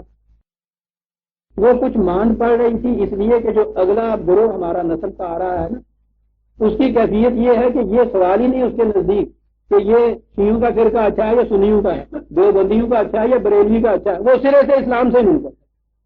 دہن کا ذکر کیا یا ساری غائب ہے غریباں سے، اس لیے یہ فرقہ بندی کی گرہیں آپ دیکھتے تھے کچھ مان پڑ رہی تھی، کچھ کھل رہی تھی۔ کوئی ابلیس نے ان کے کان میں یہ کہا کہ سر یہ فرقوں کا دور چلا گیا، پارٹیاں بناؤ۔ ہر ملا نے پارٹی بنا لی اپنی۔ فرعونی سیاست، شرک، رسول کا کوئی واسطہ اس سے نہیں، اور اسلام کی سربلندی کے لیے یہ میدان میں نکلے۔ ٹھیک ہے، یہ میدان میں نکلا ہے، شیطان رہتا ہے اسے اب ضرورت نہیں کرنی۔ قرآن نے تو دو ہی پارٹیاں کی، حزب اللہ، حزب الشیطان۔ یہاں یہ جو جماعت آ رہی ہے اس کے متعلق کہا تھا ان حزب اللہ ہے، اور ان کے متعلق کہا ہے ہم الغالبون۔ حزب اللہ کی پہلی نشانی یہ ہے کہ کفر پہ غالب رکھتی، جب بھی یہ کہیں کفر پہ مغلوب ہوئی، کفر سے ہوئی، سمجھ لیجیے حزب اللہ نہیں رہی۔ یا ایھا الذین آمنوا لا تتخذوا الذین اتخذوا دینہم ہزوا ولعبا۔ عزیزان من، وقت ہو گیا، دھوپ یہ باہر۔ ہم سورہ المائدہ کی آیت 56 تک آ گئے، 57 سے اگلی دفعہ ہم لیں گے۔ ربنا تقبل منا انک انت السمیع العلیم۔